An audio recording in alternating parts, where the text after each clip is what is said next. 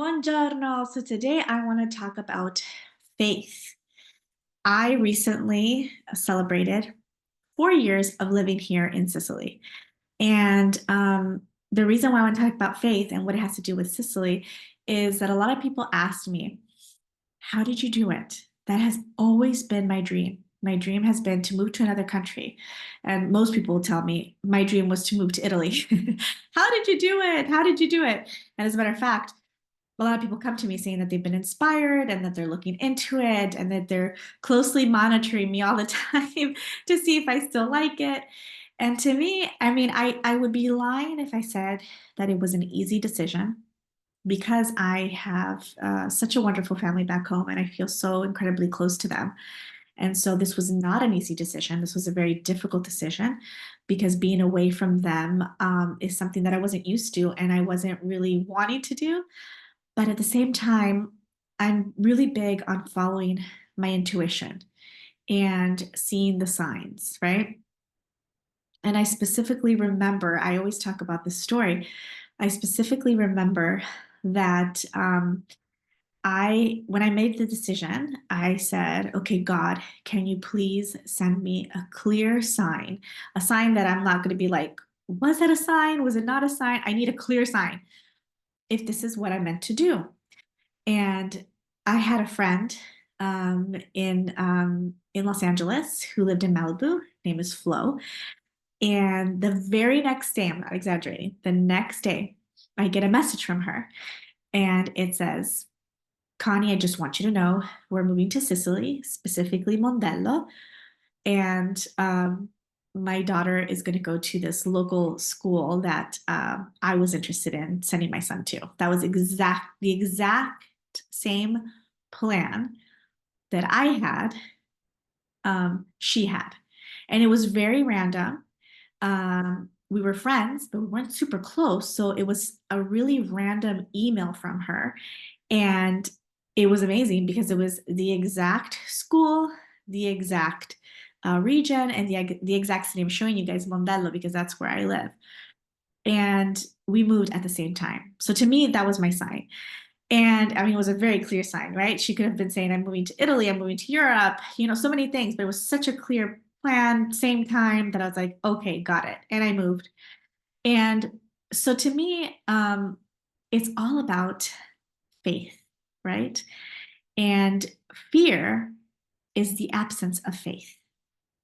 And so that doesn't mean that I don't have moments of fear. I absolutely do. Like everybody else, there are moments where I have fear, where fear, creeps in, but then I have to remember to trust in God, trust in the universe, trust in myself, right? Trust my decisions. This is a pretty big and dramatic example, moving to another country, right? Yours doesn't have to be that dramatic, but I see so many people who are truly they want to do something with their life, whether it's change jobs, change relationships, or move to a different house, whatever it is, but they're too scared. They have too much fear and they don't trust themselves and they don't have faith. And so they're stuck. Meanwhile, they're complaining and they're upset, but they don't take the steps necessary to go in the direction of where they truly want to be. And to me, that's sad and such a shame because I really do believe we're meant for more, and that if the universe is nudging us in a direction, that we should pay attention to that. And again, this was such a big decision for so many reasons, right? Moving to a completely different country. There were so many things that needed to be in place when I think about it. But somehow, because I trusted God, I trusted the universe, I trusted myself, and I had faith. Because of that, I feel like there were like these invisible hands helping me throughout the move. And to this day, still helping me and taking care of me and opening doors that were impossible, that I would never have thought were going to open. just so many synchronicities that I have no doubts that the universe was always, you know, beside me and helping me, and to this day, still taking care of me. And I feel like that's the way the universe works. We are so obsessed with the how, and that's not our job. Our job isn't to be so obsessed with the how. Let's just focus on whatever nudges we get, whatever inspires us, whatever brings us joy, whatever makes us go, yeah, that sounds pretty freaking amazing. I want to do that. I remember I would watch House Hunters International, and there was like this inner, I can't explain it, this feeling inside when I would watch it, like, oh my God, that would be so amazing. What an amazing experience for my family to experience a different country, especially Europe, right? Europe really called to me. And it was this feeling that I couldn't ignore. I just couldn't ignore it. And now that I'm here, 4 years later, I have to say I feel like it turned out so much better than I thought, if I'm honest. If I'm completely honest, I did think that I was like, it might not turn out quite the way I wanted to, but I didn't want regrets. So was I rather move to Italy than decide I hate it and then I'm leaving and go back. And I gave myself permission for that. I give myself permission to fail, even though I don't believe it's a failure. For me, it would have felt like a failure not even trying, right? I don't want regrets. I don't want to be 90 years old, sitting on a rocking chair going, what if? No. So I was like, okay, I'm going to go. I'm going to do this crazy move, right?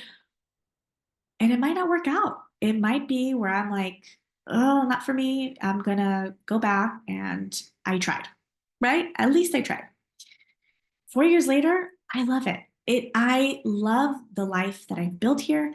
My son is living his best life here. Truly, he really is. He thrives here.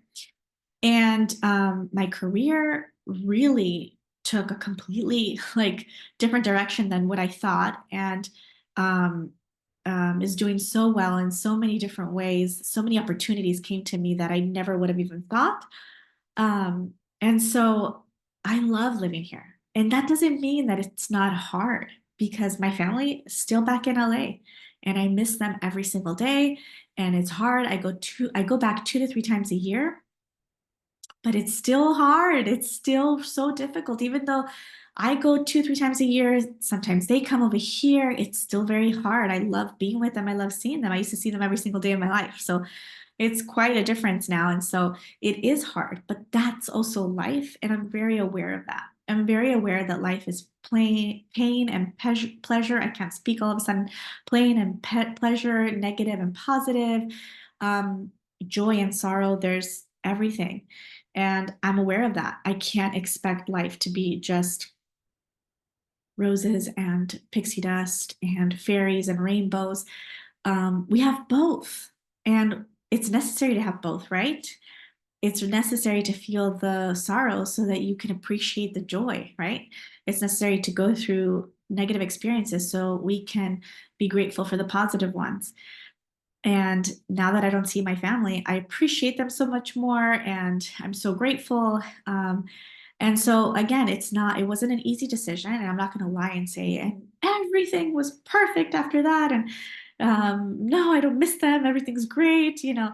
That would be a lie. Of course, I miss them a lot. Sometimes they're harder than others, but I'm so grateful that I heard the internal voice and I had faith in myself.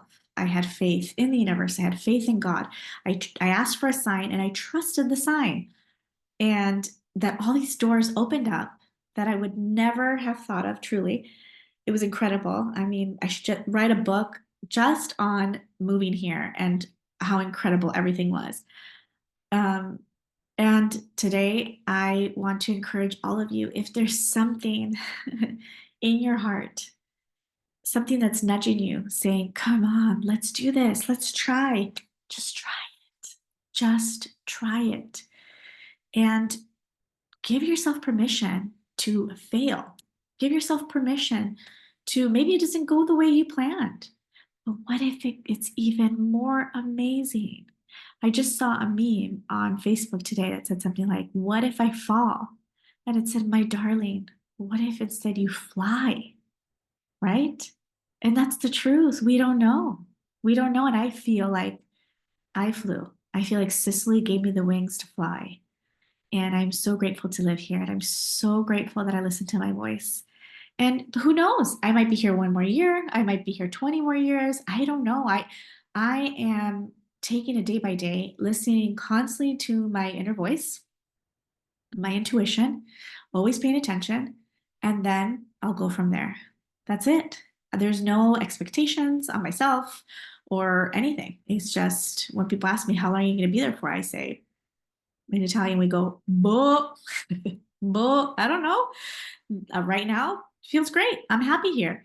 And tomorrow, I'll let you know. And so, my recommendation is write a list of your bucket list. What's your bucket list? What you love to do? And how can you start creating baby steps to go in that direction? Just baby steps. I'm not saying move to Italy tomorrow. That's not what I'm saying.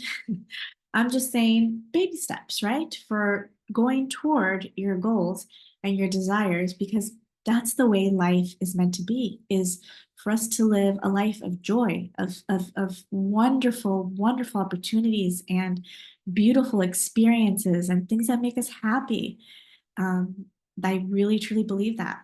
You can have a career and a life that you're absolutely crazy about. If you want to know more, go to conniecosta.com, ConnieCosta, and I will be more than happy to provide you with articles that go over this, videos. And so, with this, I say ciao, have a beautiful day, and keep dreaming and go towards those goals, okay? Go towards them. Ciao.